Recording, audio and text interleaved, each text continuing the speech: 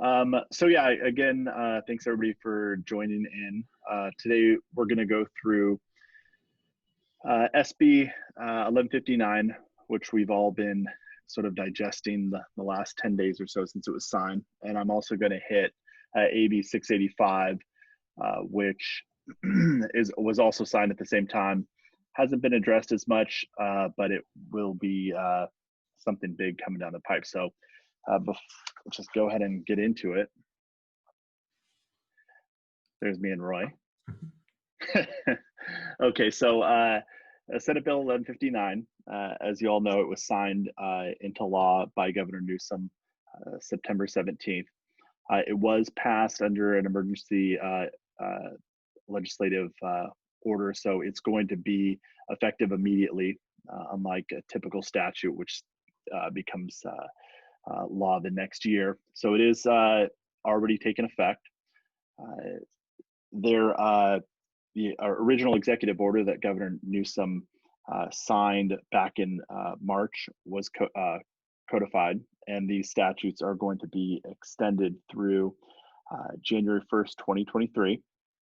And as of January 1st, 2023, unless something else happens, they will be repealed on that date, which may raise some interesting questions if there are litigated COVID cases going on and they haven't been resolved by that date and the law is repealed.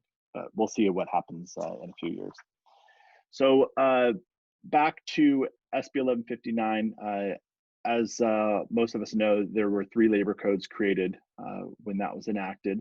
The first labor code, 321286, that simply codified Newsom's executive order that he previously issued in March. And there's a second labor code, 321287, that applies only to frontline workers, which we'll get into. And then the labor code that most of us are going to have to concentrate our energy on, most likely, is going to be 321288, which applies to anybody that's not covered in either of the other labor codes, which specifically deals with employees who test positive at a specific place of employment where there is an outbreak, which we'll get into as well.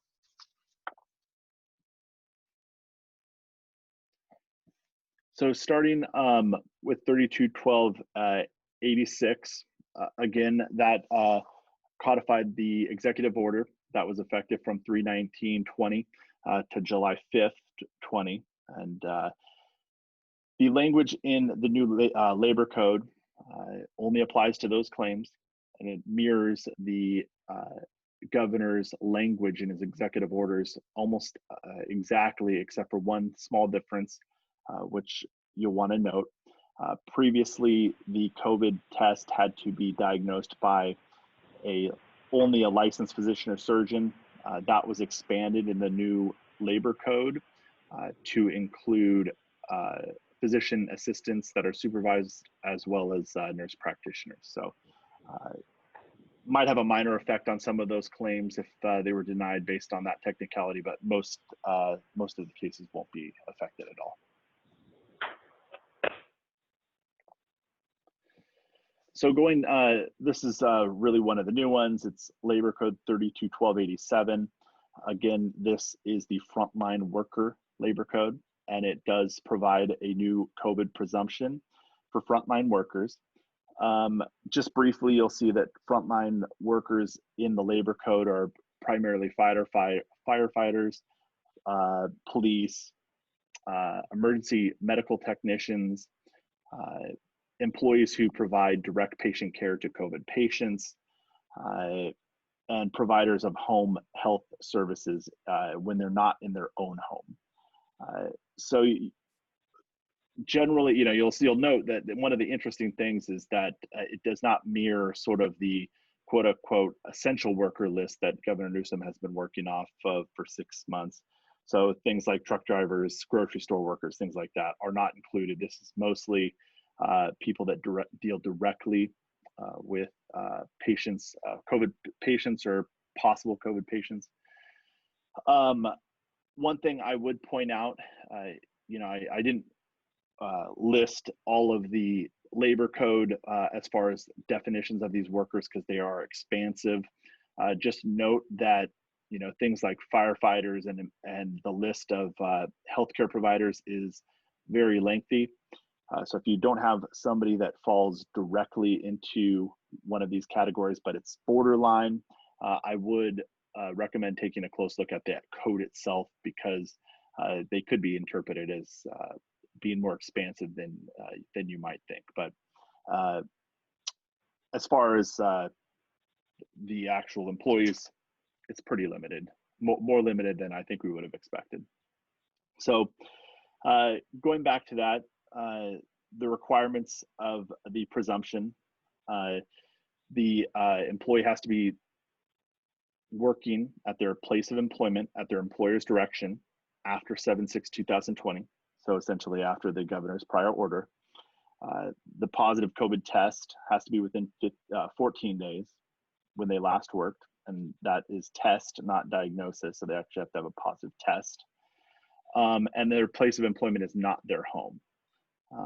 You'll see here that the decision date mirrors the executive order previously, so it is reduced from 90 to 30.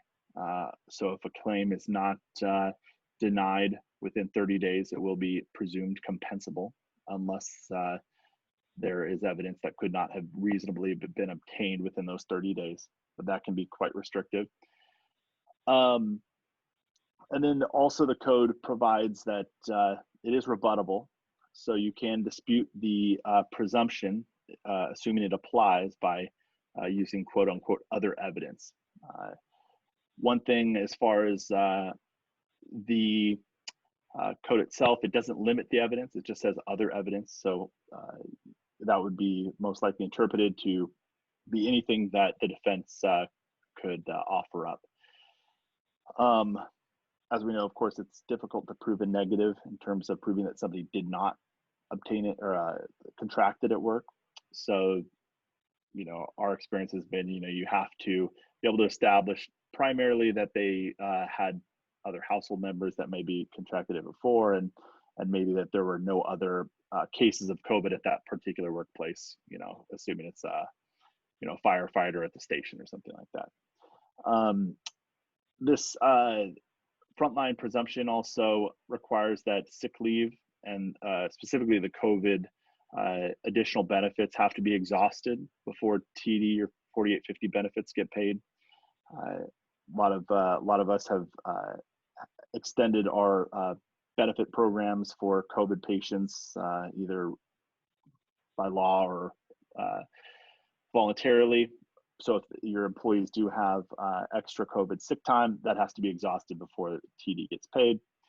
And one thing that is different than the prior executive order is that the temporary disability certification that was in the prior order, where it had to be recertified every 15 days, that was not a requirement in this code. So it would be typical 45-day TD certifications.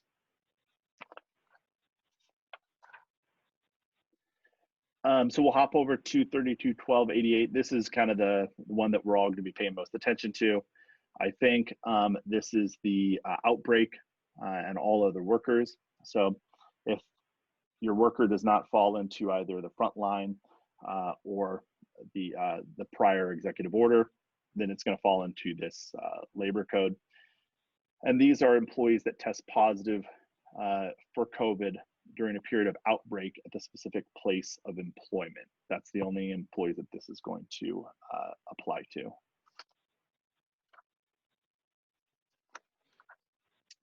So there are four requirements for the presumption to be present in this outbreak type presumption. The employee has to test positive 14 days after performing services at the employer's direction after 7/6/2020. It specifically says at the employer's direction, so an employee working from home and then without authorization coming into the job site to grab a coat they left at work, something like that would hypothetically not be covered under this code. It has to be at the place of employment, so essentially not their home. has to be at the employer's place of employment. And the positive test has to have occurred during an outbreak at that specific location, specific place of employment.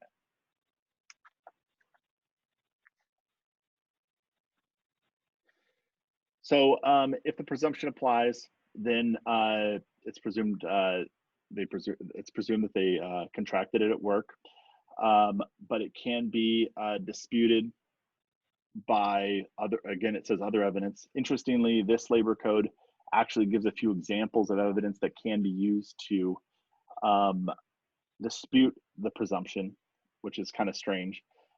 It says that you can use evidence of measures to reduce the potential transmission of COVID at the place of employment. So basically, our cleaning procedures and PPE procedures at our various companies, or evidence of the employee's non-occupational COVID risk. So they live in a home with, people that also had COVID previously would obviously be it. The code, of course, indicates that it includes those examples, but not limited to. So again, like the other presumption, us defendants, we could introduce anything we want, essentially, to rebut it. But most likely it's going to be those two things, I guess, as far as what evidence would be persuasive possibly to a judge. So the biggest question here that may be disputed is going to be this outbreak situation. How do you determine if there's an outbreak at a specific place of employment? The code provides several tiers. So if the employer has less than 100 employees, 4 have to test positive. If you have 60 employees, you have 4 at that specific place of employment. It's an outbreak according to the code.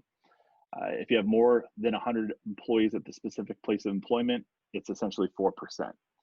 So, it's an easy thing to remember, 4% basically. The other thing that would cause an outbreak, according to the code, would be a public health agency closing you down. So that seems like to be an easy one. Wouldn't happen that often. And I would assume if that happens, you have more than 4% or 4 employees contracting COVID anyway. So I wouldn't pay much of attention to that. 4% is the big number here. So there is a difference in the denial period with the outbreak labor code. For 32-1288, if it's an outbreak, you have 45 days to investigate. If it's not denied, it's going to be presumed compensable. Of course, that's different than the 30 days in the frontline worker or the governor's executive order. So you would have an extra 15 days.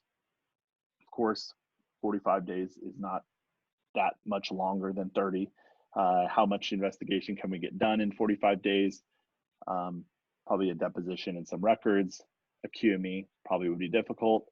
But I think just as with the 30 days, the main thing is to be diligent and investigate immediately, because if a decision isn't made, it's going to be compensable, and so you have to act quickly.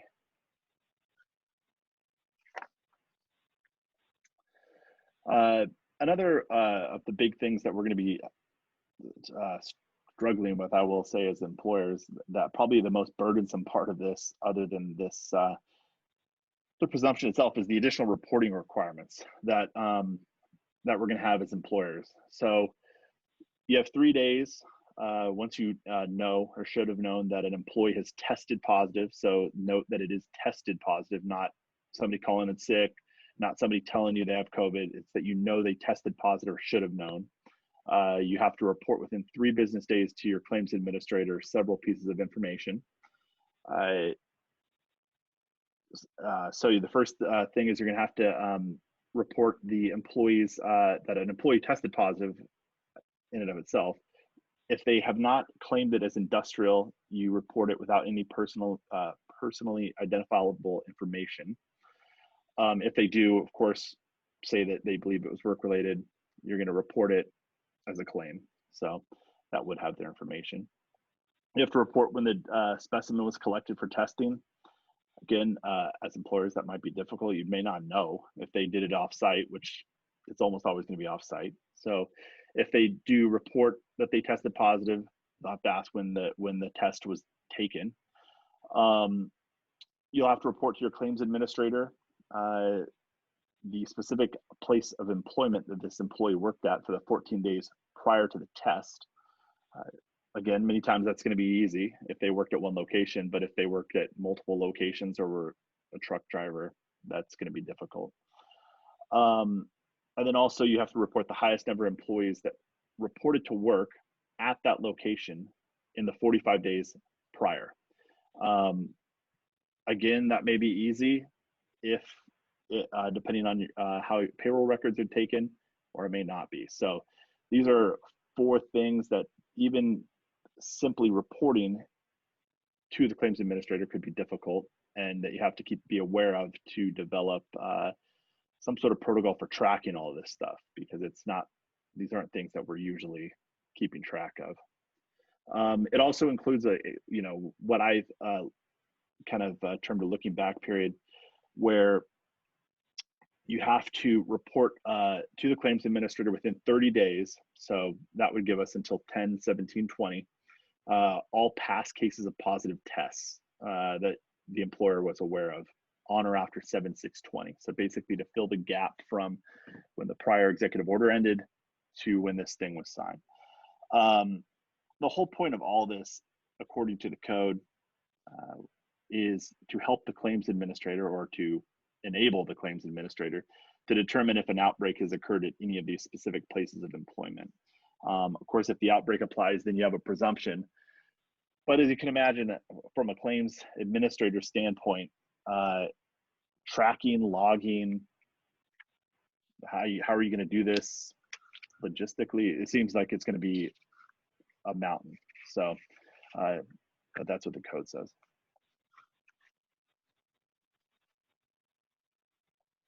So there are civil penalties attached, which would seem to make you think that they're going to take this seriously. So if an employer or somebody acting on behalf of the employer reports false or misleading information to the claims administrator, they're subject to a civil penalty of up to $10,000. Like Roy's pointed out previously, in our current economic state in California, it would not be unreasonable to think that they would be going after these as a method of money collecting, essentially. So, I mean, at the end of the day, what is this going to mean for us employers? What are we going to have to do? Well, first, you're going to have to track all this data. You're going to have to keep the job location information, employee head counts, and testing data, and specifically the data of the test, which you're going to have to get from your employee. Sometimes it's going to be easy with small locations. Sometimes it's not going to be easy at all. So that's going to have to be done. You're also going to have to work with your claims administrator, and claims administrators are going to have to work closely with their employers to develop ways to accurately track, report this data. Figure out how you're going to get that done. And like I mentioned, the civil penalty section, make it clear that the state's going to be taking these things seriously. So we should be taking them seriously also. Jumping out of 1159, I want to go into AB 685, which is a little different. This was not passed as an emergency statute, so it is not in effect until January 1, 2020. It creates some new labor codes. It expands our reporting requirements as employers. We also, the bill also expands Cal OSHA's authority to issue stop orders and also to issue citations at job sites.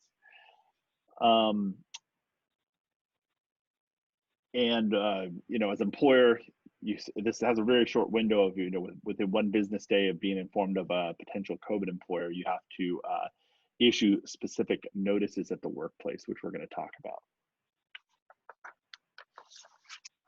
So there are essentially 4 notice requirements.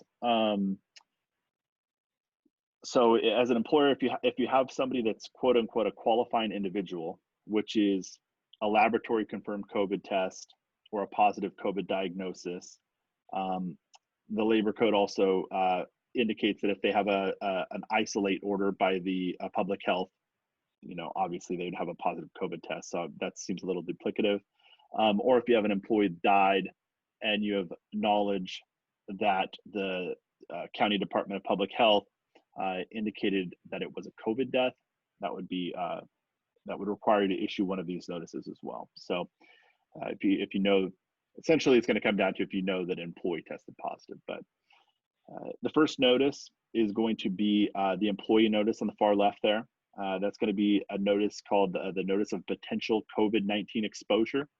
So you have to send this notice to employees if they have potentially, quote unquote, been exposed to COVID.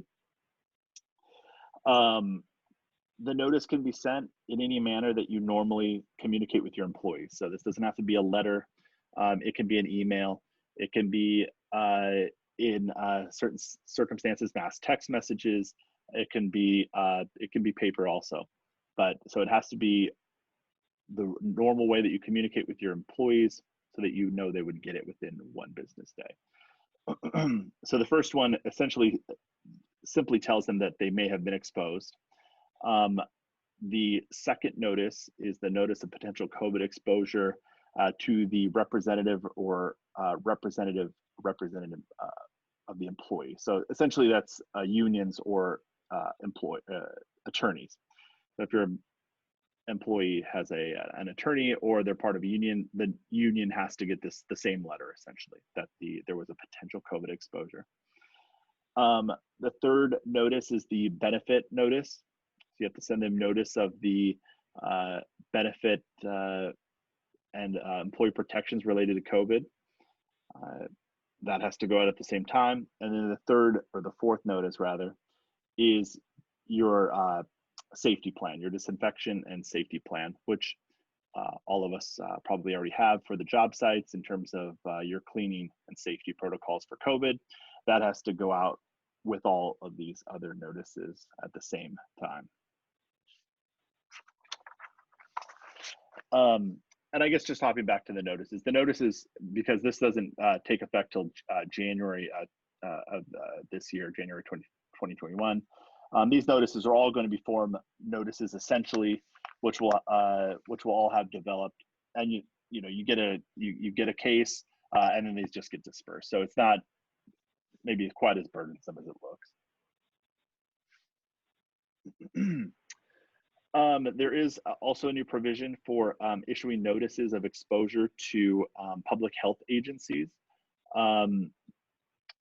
Going through here, if you have an outbreak at your specific place of employment, you have to notify your local public health agency within 48 hours. Outbreak, according to AB 685, is 3 or more laboratory confirmed COVID cases within a 2-week period with employees that live in different households. One thing important to point out is you'll see the definition of outbreak here in AB 685, it does not align with what an outbreak is in 1159. So why they have 2 different definitions makes no sense, but this definition is obviously a lower standard. It's 3 or more cases. It doesn't seem to indicate, if you have 500 employees at a work site, it doesn't seem to make any difference. But you have to notify the local public health agency within 48 hours of the names of the employees, their occupation, their contact information, that there was a quote unquote outbreak at your facility. And then at that point, you have an ongoing obligation to update the public health agency if there are any additional employees that test positive after the initial outbreak.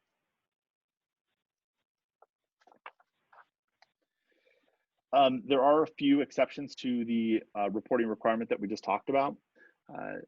Public employers, private employers, yes, you have to report. But the only 2 exceptions under the AB 685 our health facilities that are treating COVID patients, they're exempt, obviously, because they're always having an outbreak if you're counting threes. Or locations that do COVID testing, or not locations, employees that do COVID testing or treatment. Those two are not required to report to the public health officials. So one thing we talked about early is that this 685, in addition to creating new notices for us, also expands some of Cal OSHA's authority over our job sites under the, quote unquote, imminent hazards provision. So the labor code indicates that if Cal OSHA finds that a workplace exposes employees to a risk of COVID, thereby creating a, quote, imminent hazard to their employees, Cal OSHA now has authority to enter and issue a stop work order immediately. So there's no warning. There's no real guidance on what they would think is a, quote unquote, imminent hazard. In most of our locations, when you have safety protocols in place, I would think that would not be considered an imminent hazard.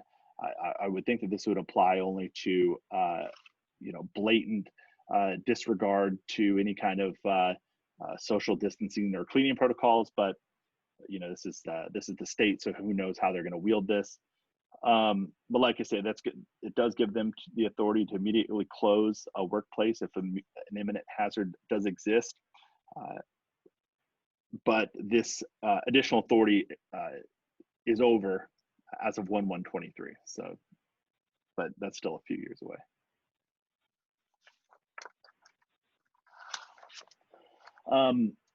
In addition to being able to close locations, it also increases Cal OSHA's authority to issue citations.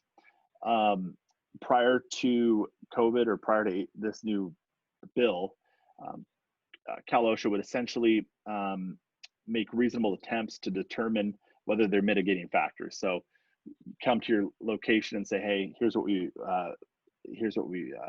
observed. What do you have to say? What's your side of the story? They give you 15 days to do that. That's now gone. So at this point, Cal OSHA can essentially issue a serious violation citation on the spot without giving a 15-day window to dispute it.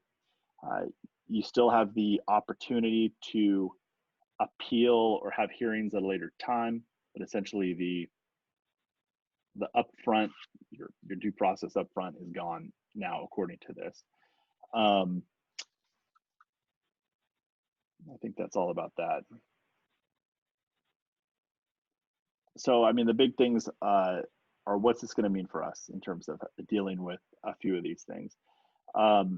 AB 685, like I mentioned a couple times, is not in effect until January 1, 2021. So we have some time to get our notices lined up, figure out how we're going to distribute them to our employees, and figure out how we're going to track some of this stuff.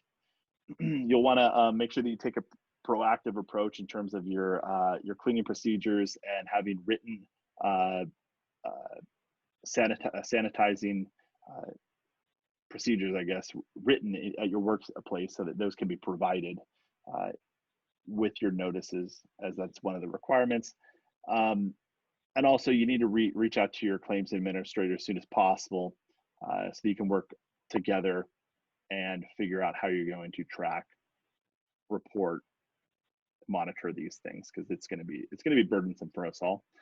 And then one of the big things, like I mentioned, also is the term, quote unquote, outbreak under 685 is not the same as outbreak under 1159. So that's one thing you'll want to remember when come the first of the year when AB 685 is enacted, that it's not the same standard. So I think that's kind of it, going through the various parts of those codes. So I don't know if anybody has any questions or comments or wants to talk, you can unmute and hop in. Hey, Jason, it's Michelle. Hey, Michelle. Hey, how are you? Good. Hey, question for you, because obviously we had been tracking it already for other reasons, and the intake is already set up at Corbell, so we've done our reporting, and it's all non-industrial at this time.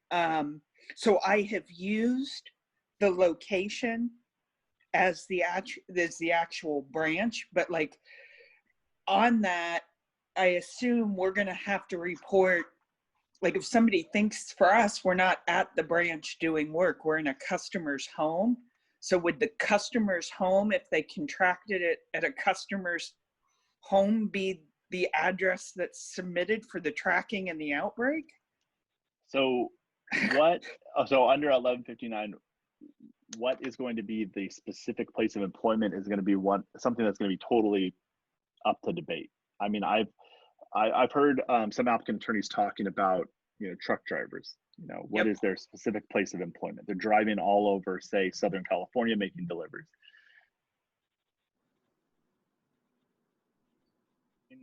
Is it the truck itself? Is it the entire region where they're delivering? Is it just the locations combined? I mean, those are all questions that would be litigated. And in my mind, I could see, at the WCAB, when we're trying to say maybe an outbreak hasn't occurred, and they're trying to construe it as an outbreak did occur by using their cherry-picked data. I could totally see a judge saying, well, whatever benefits the employee is going to be what is determined as the specific place of employment. But there's no definition. If there is a specific home that one of your workers cleans and contracts it there because the entire house had COVID, would that be a specific place of employment for that claim? It could be. Yeah, it certainly could be. And they could construe it as an outbreak. But it's one of those things. This is so new, and honestly, it's like there's no clear answer because it just says "quote unquote" specific place of employment. Yeah, we for now on the historical positive test reported it and just used the branch location because it's irrelevant. They are non-industrial. They contracted it from family members. But you can imagine, like, all of this is going to be interesting going forward. Yeah, I think a lot of this is going to make all of our heads spin in about a month. Mm-hmm. Hey Michelle. Yeah, it's Denise, and I have the same problem. Yep. So what we're doing is we've added additional addresses to the incident report form that our HR is completing, just for our own purpose and tracking record. So just in case it does come back to haunt us. Yeah, we would know if it's obviously at a customer's home, and like the intake that's already set up, because we've already got it set up to do that electronically.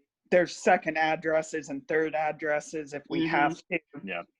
But it's just, you can imagine from definition of outbreak, and if the theory is you're really trying to determine an outbreak at a specific facility, like the reality that our guys are catching it at the branch, well, our guys aren't catching it at the branch, but it's going to be fun. Oh yeah, it's gonna, and I think the way Denise mentioned is a great way to handle it, because like you said, Denise and you, Michelle, have very unique circumstances where your people are everywhere, and the tracking is going to be the most difficult part. And if you have at least internally a way to keep track of that, so you have the data at a later time, that's the way to do it. Henry, how are you handling it? Are you keeping track of where your delivery drivers are going? Well, we know where they go on a daily basis. We're tracking our folks. We're looking at where their building is, their home building as their base. Mm-hmm. So we're tracking from there. Quite frankly, our challenge is going to become peak season, Christmas time, when we start busing as we normally do 500 to 800 people a day from the Fresno area up to the Bay Area, and we drop them off in Sunnyvale, Menlo Park, San Francisco. Keeping track of those folks is probably going to be our biggest challenge. Yeah, that sounds like a nightmare, man. Yeah, Yeah. it is. Yeah. We do have our occupational health nurse that we've taken, and she has been assigned to both Northern and Southern California to try and manage those cases. I think she's already overwhelmed at this point, and I hope she doesn't go out on stress. So it'll be interesting to see what we do from that point. Yeah, we had this conversation this morning with the group, and I think like temp staffing is going to be probably one of the harder ones because, you know, the labor code says, you know, you're an employee at the employer's workplace, but then, you know, a lot of employers use part temp staffing people and part, you know, their own in-house employees, and figuring out what that means is going to be a legal battle. I think. I think if we just count everybody, like that would be the safe play, right? But then it's going to be so easy to find an outbreak. It just takes like one of your employees and then like 3 of their in-house employees, and that's an outbreak at that location. And so I think we're going to have to put up a fight on that issue and, you know, see what the case law is going to say on that, you know, ultimately. Yeah, and then I think, oh, go ahead, Denise.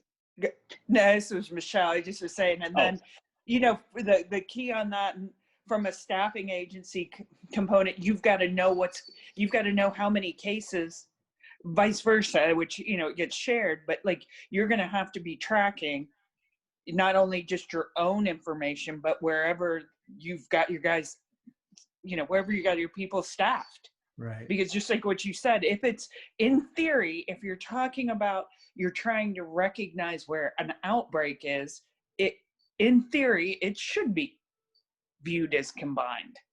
Yeah. If that's the intent. Well, and guys, it's not just one temp staffing company. I can tell you when my people are in a facility, there are multiple temp staffing companies sometimes in a facility. So you're talking, and then are you also going to include, like, what about the independent contractors that are in there?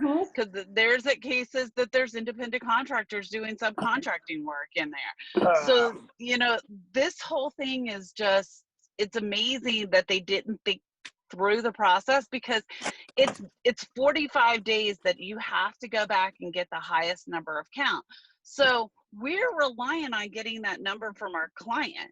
Our client then has to track every single person in their facility. Now, I guess my next question is, our companies, and I don't know the answer to this, and maybe a company that has temporaries could state this for me, everything that's gone on with the terrorism and fires in facilities, there usually is a tracking mechanism for how many employees are in your facility in case of a explosion or you know, they usually have some method. So I don't know, maybe we're making more out of it than what it really is, that you know, we're going to find out that our clients and the HR team has that knowledge base, but I don't know. You guys tell me if you have a location where you use temps. I would love to hear, like, if you feel that's going to be an issue or not. Well, I think, Denise, even on top of what you're saying, it may not even be knowing how many people. It may be how are you going to get the information from another staffing agency about positive tests of their employees? Are they going to share the data if we needed it? I know a lot of them won't, you know, and so there's going to be a lot of interesting things that come up just trying to navigate this. Well, and I think, again, it's going to be the host employer that's going to have to keep all the main records and then disseminate it down to the whoever they use. And I think the way the statute reads, I think in their minds that's what they were trying to say, because they say you have to notify your subcontractors. So whoever you're using, you have to notify them. So really, it's really going to be more on them to keep all of those records and get it out to every single person that they do business with. Yeah. Yeah. The tracking requirements just in general are going to, I think they underestimated how much of a headache this is going to be for a huge percentage of employers, obviously. You know, it's easy to say you have one restaurant, you know how many employees are there in and out at a day, but most of our of us on the call, that's not that easy. So it's going to be a headache going forward, and we'll have to kind of see how it evolves and work. The claims administrators are obviously Corbell, Cedric, all these places are developing these procedures, and I'm sure to track this stuff, and we'll have to kind of work with them to figure out how that's going to work. The good news is we've given Cal OSHA extended authority to shut people down without no real definition of imminent hazard. So we know that the government is always really good at taking care of us. So we should be fine. Well, they never abuse their power, right, Roy? No, they never do. And then my question, one of the other things just in AB 685, is there anything on the notices, and obviously they may not have thought through this when in their definition of workplace, are there any notices, because obviously if we have an employee who tests positive, any notices to a customer? Not to a, or no. the general public. No, yeah, not in the bill itself. No, it's just to any employee that may have been exposed essentially at your workplace. Yeah, you may have another, whether how you notify your customers, obviously you have another obligation on that. Yeah. Yep. So one of the things that I haven't heard anybody bring up that I'm like curious about, is anybody going to dig deep into the actual like testing? Because the bill states it has to be a certified test that comes back positive. But I don't know about you guys, but I'm getting just, here's a screenshot, because remember, they can't come in. So they're just like sending a text or a screenshot of, here's my medical's doctor notes stating I'm positive, or here's the clinic that's stating I'm positive. But we don't even know what type of test they've taken. And according to that, it has to be, the certified test. So is anybody going to like dig deep into that, or are we just going to say a positive is a positive and be done with it?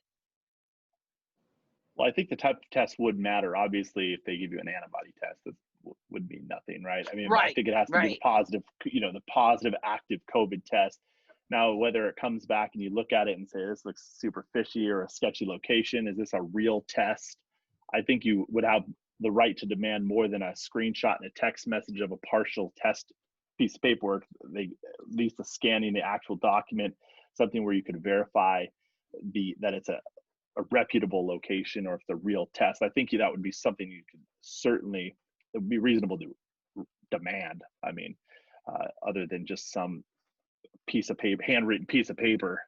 We had questions from one client where they had some positive tests out of Mexico, and then how do you know with employees that are across the border? And in those cases, you'd have to really look at whether it's legitimate or not. So yeah, but it's, I think you have the right to demand it. I think as far as if it's not a legitimately positive test, that's a separate issue in itself.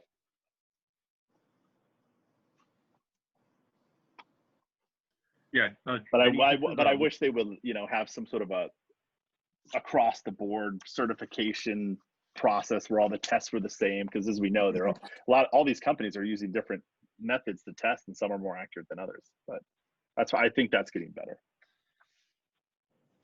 Yeah, this is Luis. I want to chime in on that too. I recently brought up that issue as well, because we were getting a lot of screenshots, a text with an image, etc.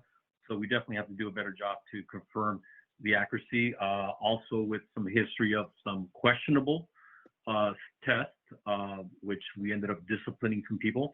And it's funny that you say the whole Mexico, because we just had a recent questionable one where the San Diego employee is going to go down border, get tested. And we're currently looking into that. There's a lot of concerns with that issue as well. So definitely got to do a better job to confirm when there is a positive. Yep.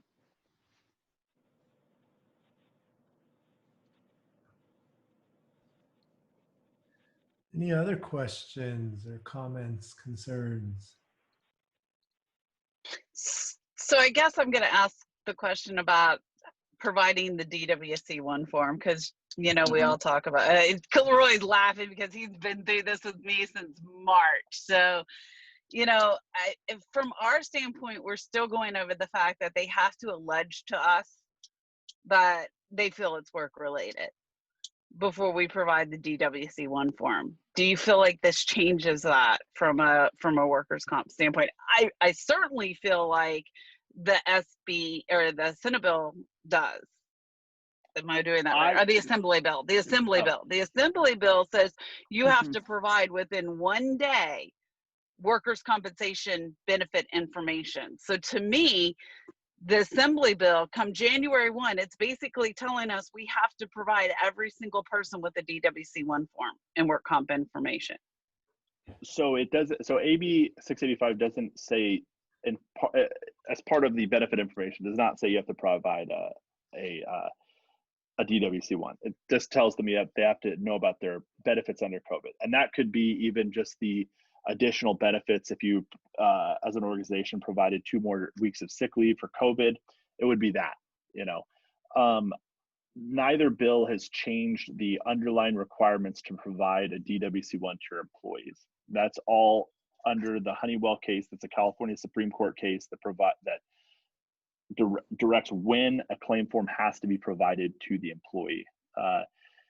That is a very high bar, according to that case, where the employer essentially has to know that they're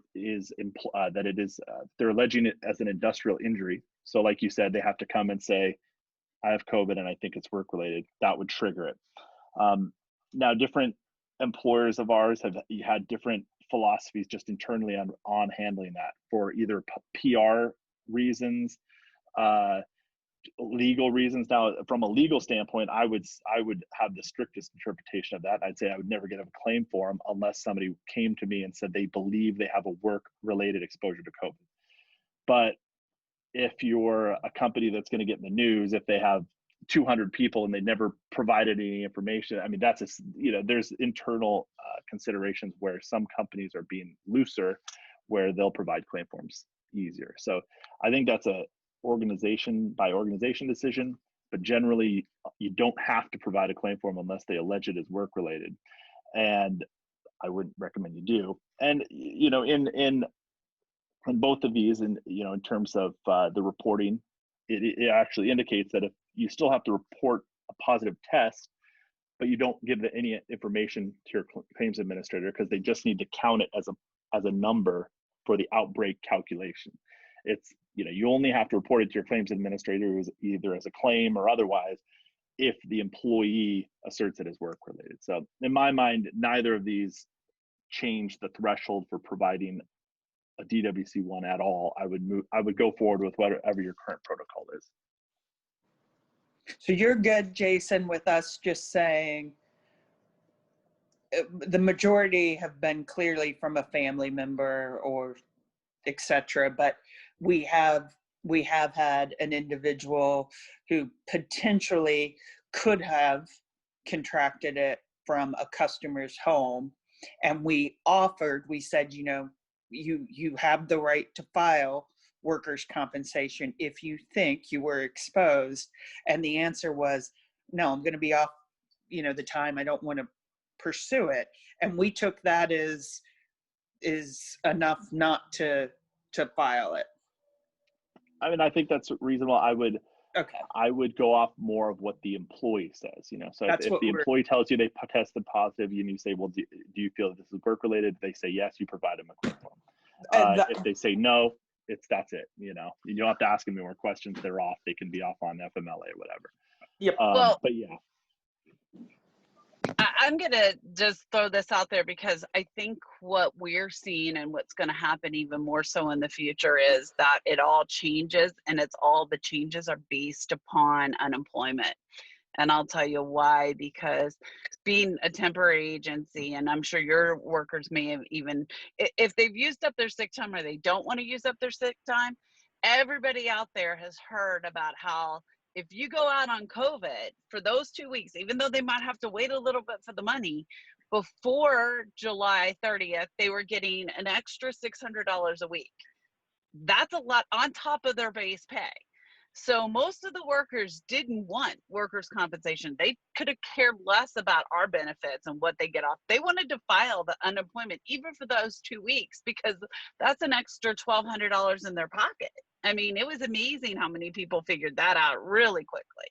So my fear is, I mean, they're still getting, it's not 600, but it's still what, in some states, I think 300 to 400 extra a week, even based off base pay. So I don't think we're going to see too many issues until when the unemployment just completely goes away and you're only getting base pay. Then is that going to be the change? Is that when you're suddenly going to see, hey, I want my, COVID now to be paid for by the employer, which in California, you guys now, we've lost that whole 3-day waiting period. You're going to pay them the full 2 weeks. Yeah, and I think that's a reasonable observation. I think that's going to happen. And I don't think, my understanding now, I don't think in California people are getting any extra $300 or $400 a month or week for unemployment anymore. And from a location standpoint, if you do have 3 or 4 people that get infected, the word's going to start going around. Everybody's going to be claiming it. So it's not going to be a secret that there's these presumptions and things going on. So I could totally see more employees pursuing the comp side, like you said, when it's not as lucrative to just take your 2 weeks recovery on unemployment and get the more money. So Jason, I'm going to throw out something else, because you know how my mind works, and it gets, as Roy will tell you, it gets so crazy at time busy. So who's to say that all of a sudden, let's say they quit filing unemployment, they're not coming to us, but they file EDD. So they're getting their EDD, right? So if they're getting EDD, is EDD at some point going to start saying, hey, wait a minute, and pull back and go, I want to lean on that employer for X, Y, and Z employee, because I've now figured out they all work together and I've got all these EDDs that we've been paying, and now we want to put a lien on there because we feel they're work related. Well, and if there's no claim, I mean, could they file a claim, or could they file an application to do it? I mean, hypothetically they could. I don't know. Right now, EDD is pretty much bankrupt and understaffed, so that would be down the road, but I could totally see that happening, because right now, I don't even know if EDD is open. I've heard they've been closed for a week, and they're not supposed to open until next week or something. So we'll see. I'm still getting got liens. Wait a minute. No. I'm still getting liens. Wait, well, hold on. I think they stopped taking current applications for a while because they're trying to update their system, or they're so backlogged. It's a mess. Okay.